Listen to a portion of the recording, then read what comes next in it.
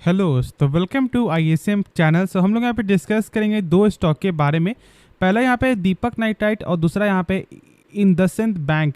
तो आप इस वीडियो को जरूर से अंत तक देखना। स्टार्ट करते हैं और पहले समझते हैं हम लोग यहाँ पे दीपक नाइट्राइट के बारे में। तो देखो आज के दिन यहाँ पे एक फ्लैट क्लोजिंग है, लेकिन कल के दिन एक अच्छा गेन देखने को मिला है। और यदि हम लोग यहाँ पे चार्ट को देखें तो 5 दिन के अंदर यहाँ पे कहीं ना कहीं 2.36% का आपको रिटर्न मिल रहा है, क्योंकि आप जानते हो कि स्टॉक का जो लेवल है वो यहाँ पे 1900 के रेंज में आते हुए दिखाई दिया और अभी एक अच्छे लेवल पे फिर से स्टॉक आपको आते हुए दिखाई दे रहा है। तो क्या हम लोग इस स्टॉक को अभी बाई कर सकते हैं? इसका क्या यहाँ पे अभी आपको टेक्निकल बता रहा है वो हम लोग यहाँ पे जानेंगे। और देखो मैंने इस कंपनी के बारे में डिटेल फंडामेंटल आप लोगों के साथ शेयर किया है, तो ज़रूर से यदि आपको जानना है मान लो तो फिर आप ज़रूर से चेकआउट कर सकते हो प्लेलिस्ट, उसमें मैंने इसके बारे में बताया है। ठीक है, यदि आपके पास टाइम हो तो। अब देखो हम लोग इसका टेक्निकल भी आज जानेंगे और साथ साथ कुछ बेसिक आपको पैरामीटर भी यहाँ पे डिस्कस करेंगे। तो चलो फिर समझते हैं। तो आप यहाँ पे देख सकते हो कि यहाँ पे साफ तौर से मुझे जो है ट्रेंड लाइन पे ब्रेकआउट आपको दिखाई दे रहा है, जो मैंने आपके साथ शेयर किया था। और देख लो कि यहाँ पे इस पॉइंट जैसे ही यहाँ पे गिरावट हुआ है, कहीं ना कहीं स्टॉक का लेवल इस लेवल तक आते हुए दिखाई दिया।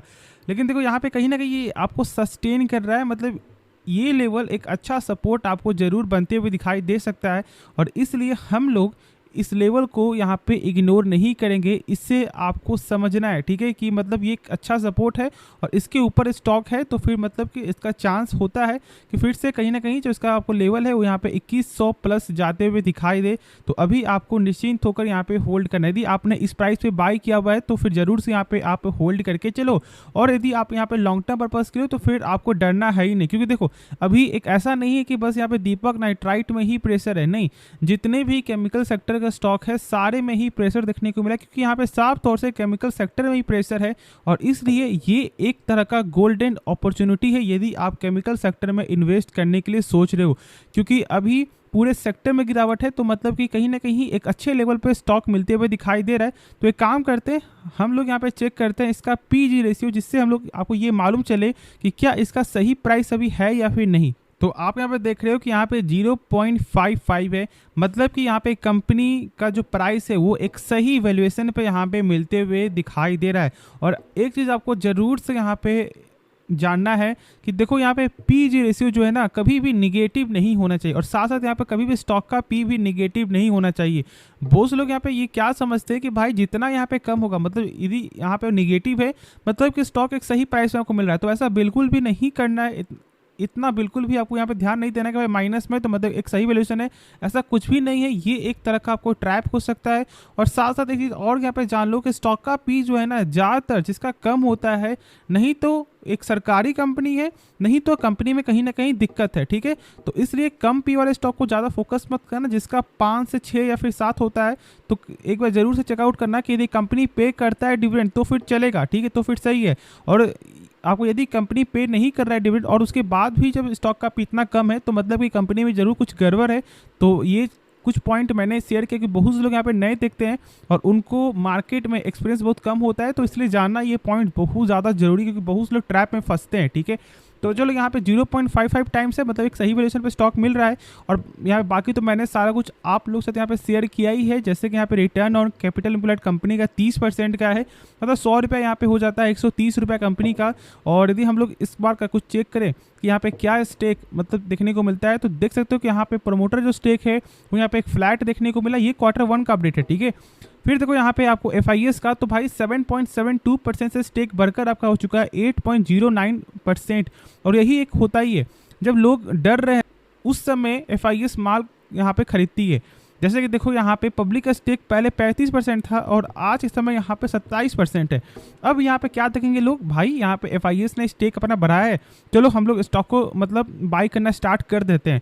और यही गेम होता ही है। तो इसलिए भाई कंपनी के बारे में पहले खुद से समझो और कंपनी के बारे में जानो, और इसलिए मैंने इसके बारे में डिटेल फंडामेंटल वीडियो बनाया हुआ है, जिससे आप लोगों को समझ में आए कि कंपनी कितने पानी में है, कितना चीज़ इसका अच्छा है और कितना चीज़ यहाँ पे ख़राब है। तो ये ज़रूर से चेकआउट कर लेना।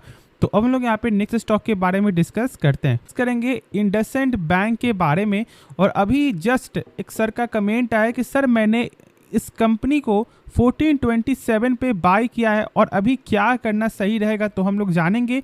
और देखो यहाँ पे हम लोग इसका चेक करेंगे टेक्निकल, क्यों? क्योंकि देखो टेक्निकल से ही हम लोग यहाँ पे मालूम चलेगा कि कंपनी कितनी स्ट्रॉन्ग में है, मतलब कि क्या इसका सपोर्ट है और क्या इसका ब्रेकआउट लेवल है। ठीक है, तो चलो फिर इसके बारे में समझेंगे और कुछ बेसिक पॉइंट जैसे कि कंपनी का यहाँ पे बेस्ट आपको फंडामेंटल यहाँ पे क्या है और क्या खराबी है, तो सारा कुछ हम लोग यहाँ पे डिस्कस करेंगे। ठीक है, और देख लो यदि आप इस कंपनी को होल्ड किए हुए ना तो फिर आपको इसके बारे में नॉलेज होना चाहिए। बहुत लोग यहाँ पे नए दिख रहे होंगे और यदि उनको ये नॉलेज मिल जाता है तो फिर आप कभी भी कोई भी बैंकिंग स्टॉक को पिक करने में गलती नहीं करोगे। ठीक है, तो अंत तक देखो तो ही समझ में आएगा और बस आप यहाँ से 5 मिनट का समय दो। तो पहले हम लोग यहाँ पे कुछ चेक करते हैं कंपनी का यहाँ पे बेसिक पैरामीटर, फिर उसके बाद इसका हम लोग यहाँ पे टेक्निकल समझेंगे। तो पहले देखो इसका सेल्स जो यहाँ पे जल्द ही आते हुए दिखाई दिया था, ऑलमोस्ट आपको 2 दिन पहले ही यहाँ पे शायद जो मुझे यहाँ पे याद है इसका नंबर आपको आते हुए दिखाई दिया। और इसमें क्या देखने को मिला कि भाई सेल्स पे यहाँ पे एक अच्छा ग्रोथ है, 8000 करोड़ से बढ़कर आपका हो चुका है 10,730 करोड़,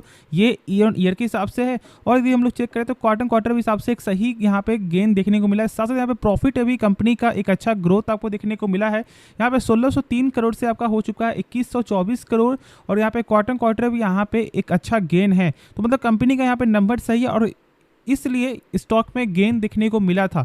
अब देखो हम लोग इसका चेक करते हैं, जो सबसे खास है वो यहाँ पे नेट एनपीए। अब ये देखो एनपीए क्या होता है, तो एनपीए का यहाँ पे फुल फॉर्म है आपको नॉन परफॉर्मिंग एसेट, मतलब एक तरह का बैड लोन। और ये जितना कम होगा किसी बैंकिंग कंपनी में या फिर किसी फाइनेंशियल कंपनी में उतना ही यहाँ पे अच्छा होता है। देखो जैसे कि मान लो बैंक के यदि किसी को लोन दे रही है और यदि आपको वो आदमी 3 महीने तक यदि एक भी पेमेंट नहीं कर रहा है, मतलब कि बैंक का पैसा यहाँ पे फंस गया है और वो फिर यहाँ पे बैंक क्या करेगी कि उस पैसे को यहाँ पे डाल देगी आपको एनपीए के कैटेगरी में। और यहाँ पे आरबीआई के अनुसार 3% से ज़्यादा नहीं होना चाहिए। और यदि हम लोग यहाँ पे चेक करें तो देखो यहाँ पे लगातार कम होते हुए दिखाई दिया, लेकिन एक बार तो यहाँ पे 0.22% था, लेकिन कंपनी यहाँ पे इसे संभाल नहीं पाई, मतलब यहाँ पे स्टेबल नहीं कर पाई और उसके बाद फिर यहाँ पे गेन होते हुए दिखाई दिया। लेकिन हम लोग यहाँ पे चेक करें कि क्या अभी इस बार का नंबर सही आया, तो देखो यहाँ पे 0.67 से आपका हो चुका है कम होके 0.58%, जो एक अच्छा नंबर है। और फिर देखो यहाँ पे क्वार्टर में तो यहाँ भी 0.59% से भाई 0.58% देखने को मिलता है, मतलब कि कंपनी का जो एनपीए है वो शानदार देखने को मिल रहा है। और बस मुझे यही चीज़ यहाँ पे चाहिए था जो कंपनी यहाँ पे सही दिखा रही है।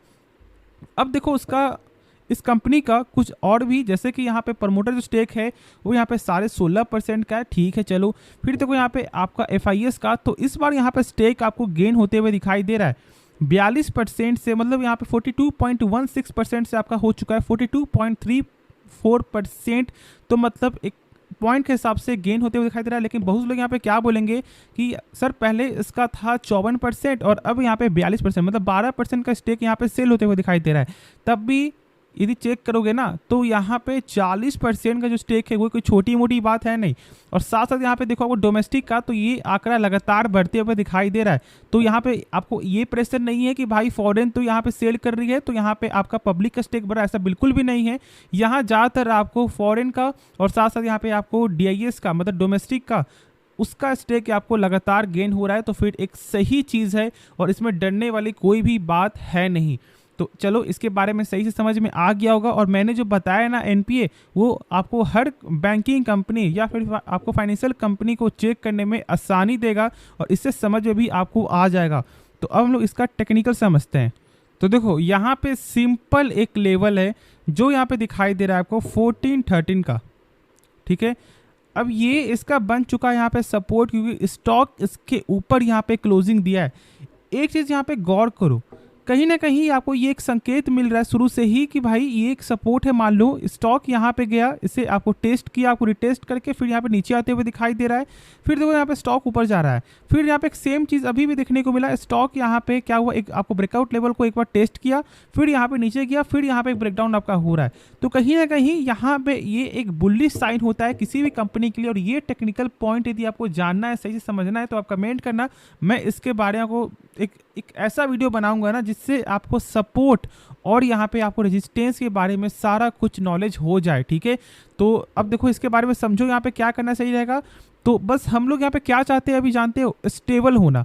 यदि इस लाइन के ऊपर स्टेबल होता है ना कुछ दिन, तो मतलब एक अच्छा यहाँ पे बुलिश का साइन दिखाई देगा। यदि यहाँ से गिरना है तो फिर कल के दिन यहाँ पे गिरावट आपका हो जाएगा, और यदि कल के दिन यदि गिरावट नहीं होता है, स्टॉक 2 से 3 दिन यदि आपको सस्टेन कर जाता है, मतलब कि जो इसका लेवल है ना, तो यहाँ पे आपको 1490 तक आ सकता है। अब ऐसा मैं क्यों यहाँ पे बोल रहा हूँ, क्योंकि शायद आप लोग यहाँ पे मालूम होगा कि कोविड के समय 2020 के समय इसका प्राइस था आपको ऑलमोस्ट 1900 का, ठीक है।